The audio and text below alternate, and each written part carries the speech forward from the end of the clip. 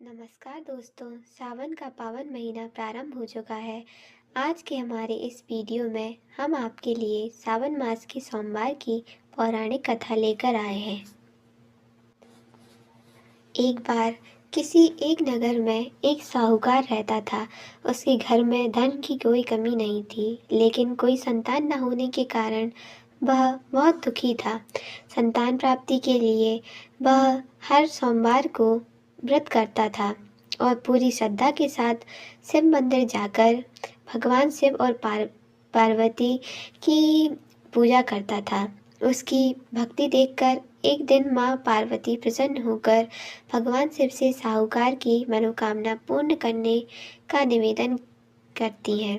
पार्वती जी के आग्रह पर भगवान शिव ने कहा, हे पार्वती, इस संसार में हर प्राणी को उसके कर्मों का फल मिलता है और जिसके भाग्य में जो है उसे वह भोगना ही पड़ता है। लेकिन पार्वती जी ने साहूकार की भक्ति देखकर उसकी मनोकामना पूर्ण करने की इच्छा व्यक्त की। माता पार्वती के आग्रह पर शिवजी ने साहूकार को पुत्र प्राप्ति का वरदान तो दिया, लेकिन उन्होंने बताया कि यह बालक 12 वर्ष तक ही जीवित रहेगा।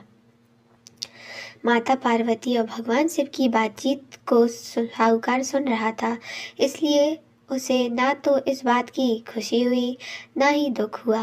वह पहले की भांति ही भगवान शिव की पूजा करने लगा। कुछ समय के बाद साहूकार की पत्नी ने एक पुत्र को जन्म दिया। जब वह बालक 11 वर्ष की आयु पूर्ण करके पढ़ने के लिए काशी गया, तब साहूकार ने पुत्र के मामा को बुलाकर उसे बहुत सारा धन देते हुए कहा कि तुम इस बालक को काशी विद्या प्राप्ति के लिए ले जाओ। तुम लोग रास्ते में यज्ञ करते जाना और ब्राह्मणों को भोजन दक्षिणा देते हुए जाना। दोनों मामा भांजे इसी तरह यज्ञ कराते हुए और ब्राह्मणों को दान दक्षिणा देते हुए काशी नगरी पहुंचे। इस दौरान रात में एक नगर पड़ा, जहां नगर के राजा की कन्या का विवाह था। लेकिन जिस राजकुमार से उसका विवाह होने वाला था, वह एक आंख से काना था। राजकुमार के पिता ने अपने पुत्र के काना होने की बात छुपाने के लिए बात को सोचा। क्यों ना उसने साहूकार के पुत्र को दूल्हा बनाकर राजकुमारी से विवाह करा दूं। विवाह के बाद उसको धन देकर विदा कर दूंगा। राजकुमारी को अपने नगर ले जाऊंगा और लड़के को दूल्हे के वस्त्र पहनाकर राजकुमारी से विवाह करा दिया गया। साहूकार का पुत्र ईमानदार था, उसे यह बात सही नहीं लगी, इसलिए उसने अवसर पाकर राजकुमारी के दुपट्टे पर लिख दिया कि तुम्हारा विवाह तो मेरे साथ हुआ है, लेकिन जिस राजकुमार के संग तुम्हें भेजा जाएगा वह एक आंख से काना है। मैं तो काशी पढ़ने जा रहा हूँ।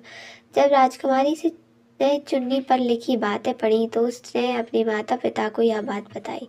राजा ने अपनी पुत्री को विदा नहीं किया, फिर बारात वापस चली गई। दूसरी ओर साहूकार का लड़का और उसकी मामा काशी पहुंचे और वहां जाकर उन्होंने यज्ञ किया। जिस दिन लड़का 12 साल का हुआ, उस दिन भी यज्ञ का आयोजन था।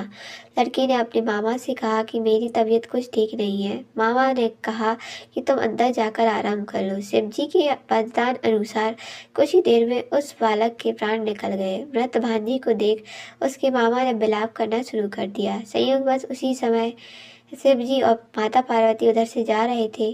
पार्वती माता ने भोलेनाथ से कहा, स्वामी, मुझे इसके रोने के स्वर सहन नहीं हो रहे हैं। आप इस व्यक्ति के कष्ट को अवश्य दूर करें। जब शिवजी मृत बालक के समीप गए तो वह बोले कि यह उसी साहूकार का पुत्र है जिसे मैंने 12 वर्ष की आयु का वरदान दिया था। अब उसकी आयु पूरी हो चुकी है। लेकिन मातृ भाव से विभोर माता पार्वती ने कहा कि महादेव, आप इस बालक को और आयु देने की कृपा करें, अन्यथा उसके वियोग में उसके माता पिता भी तड़प तड़प कर मर जाएंगे। माता पार्वती के पुनः आग्रह पर भगवान शिव ने उस लड़के को जीवित होने का वरदान दिया। शिव जी की कृपा से वह लड़का जीवित हो गया। शिक्षा पूरी करके लड़का मामा के साथ अपने नगर की ओर वापस चला गया। दोनों चलते हुए उसी नगर में पहुंचे जहां उसका विवाह हुआ था। उस नगर में भी उन्होंने यज्ञ का आयोजन किया। उस लड़के के ससुर ने उसे पहचान लिया, महल में ले जाकर उसकी खातिरदारी की और उसकी पुत्री को विदा कर दिया। इधर साहूकार और उसकी पत्नी भूखे प्यासे रहकर बेटे की प्रतीक्षा कर रहे थे। उन्होंने प्रण रखा था कि यदि उन्हें अपने बेटे की मृत्यु का समाचार मिला तो वह प्राण त्याग देंगे, परंतु बेटे के जीवित होने का समाचार पाकर वह बेहद प्रसन्न हुए।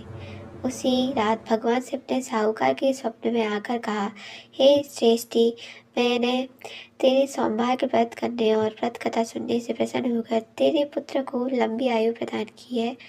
इसी प्रकार जो कोई सोमवार व्रत की कथा करता है या सुनता है या पढ़ता है, उसके सभी दुख दूर होते हैं और सभी मनोकामनाएं पूर्ण हो जाती हैं। बोलो शंकर पार्वती की जय।